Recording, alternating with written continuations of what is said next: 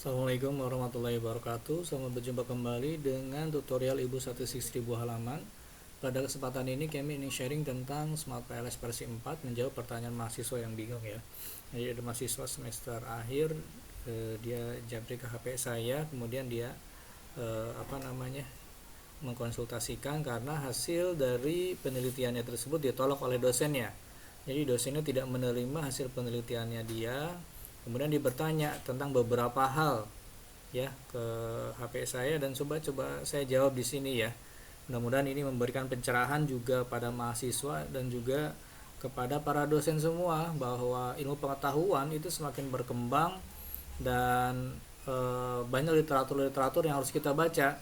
Kalau bisa mungkin Bapak Ibu dosen membaca literatur asli ya, literatur asli, jurnal-jurnal yang diterbitkan di luar dibandingkan tulisan-tulisan yang berkembang di dalam negeri sendiri gitu, karena memang keaslian ilmu pengetahuan kita akui masih berasal dari luar.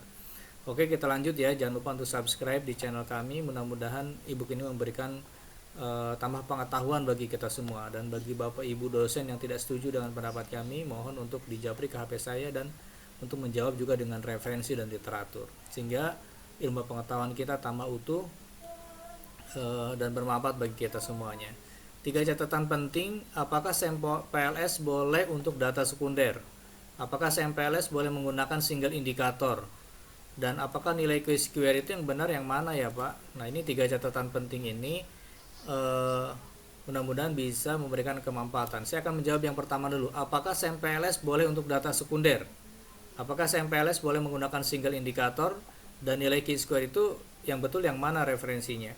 Oke ya. Nah, ini data sekunder. Apakah boleh sampel PLS menggunakan data sekunder? Jawabannya di sini. For analyzing large data set including secondary data. Jadi, artinya PLSM ya, dalam tulisan yang ditulis oleh Rigdon ini mengatakan bahwa sampel PLS itu substantial possible for analyzing, untuk menganalisis large data set. Jadi data besar including secondary data. Termasuk juga data sekunder. Nah, kata-kata ini memberikan kepercayaan kita bahwa sampel PLS boleh untuk data sekunder. Kemudian yang kedua, artifact fund corporate database as financial ratio, other firm fixed factor, self-reliant financial data may be used to create an index to measure performance. Nah, ini boleh digunakan untuk sampel PLS berasal dari data-data sekunder.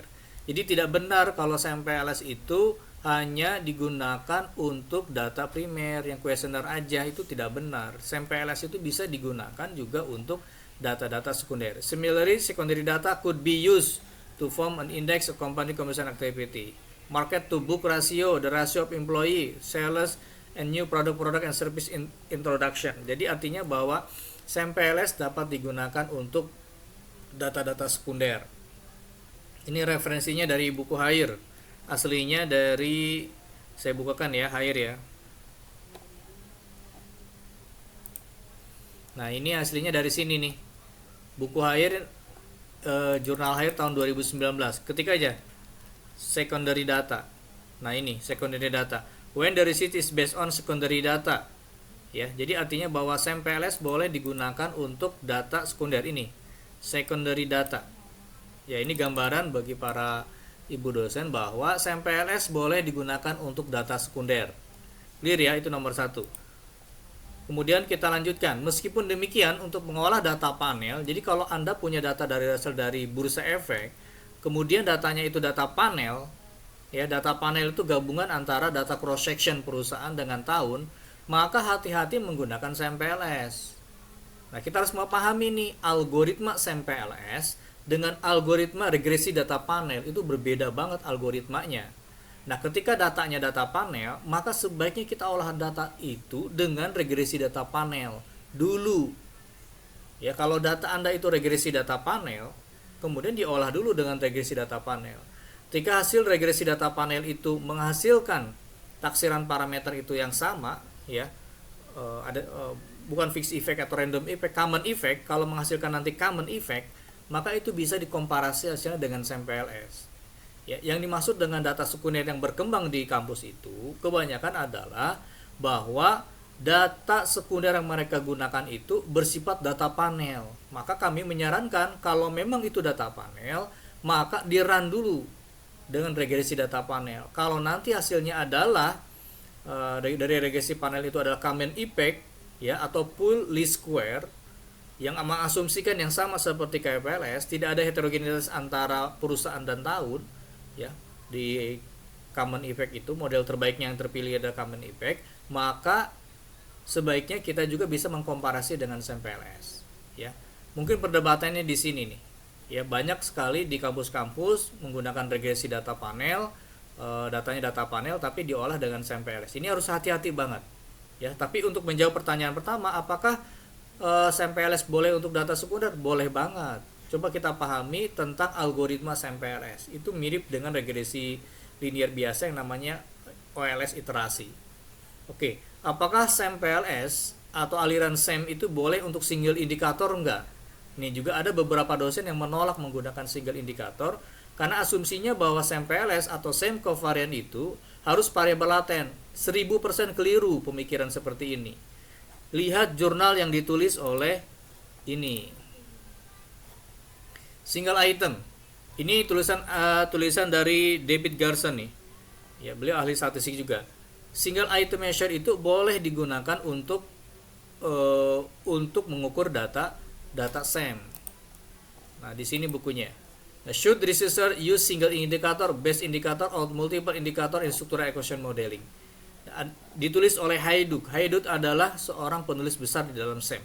Mengatakan nanti di dalam suatu kesimpulannya di sini dari summary discussion-nya ya, bahwa single indikator itu boleh kita gunakan kalau memang itu secara teorikal menggambarkan pengukuran dengan single indikator. Boleh digunakan untuk single indikator ini. Tetapi untuk SAM covariant nanti di constraint 1 loading vektornya sama juga dengan di SAMPLS, outer weight-nya atau outer loading-nya pasti akan 1 dan tidak ada validitas dan reliabilitas untuk single indikator. Di sini nih kata-katanya nanti di discussion-nya. Jadi pertanyaan yang ini boleh nggak untuk single indikator? Boleh. Oke ya. Nah, ini juga ada di forum Smart PLS yang dijawab oleh Dr. Baker. It is possible to test model only with single indicator construct. Dia bilang, sure, jawab Dr. Baker. Yeah, however it is not PLS PET model anymore, but only a PET model. Jadi kalau misalnya Anda menggunakan single indikator, maka algoritma yang dibikin di SAMPLS itu langsung melakukan pembobotan outer weight-nya dengan outer loading-nya itu 1. Tidak masalah. Jadi tidak benar kalau ada pemikiran para dosen yang mengatakan bahwa SAMPLS dan SAM covariant itu hanya bisa digunakan untuk latent variable yang lebih dari satu indikator pengukurannya. Tidak benar ini. Ini referensinya. Ya, ini referensinya aslinya Dr. Jawaban David Baker. Kemudian di sini juga disebutkan nanti mana nih kata-kata single indicator. Nah, ini. For example, researcher can assess a single indicator variable but meet criteria validity. This is done correctly. Jadi artinya bahwa single indikator itu boleh digunakan untuk model asalkan memang ada referensi dan teori yang mengatakan bahwa memang pengukurannya bersifat single indikator. Oke, indicator variable may cause identification in convergence in PLS-COBSM, tetapi tidak masalah di dalam PLSM. Nih, whose practitioner are more likely to use single indicator variable. Jadi kadang-kadang pengukurannya menggunakan single indikator, terutama di dalam data-data IDX, bursa efek itu banyak kan single indikator. Tidak masalah, gitu ya. Oke, kemudian referensi terakhir untuk menjawab chi-square. Ini chi-square ini masih berkembang di karangan para akademisi ya, termasuk juga ada para dosen mengatakan rumusnya harus pakai yang ini nih, chi-square ini. 1 dikurangi 1 min R kuadrat, 1 dikurangi min 1 R kuadrat, 1 R kuadrat.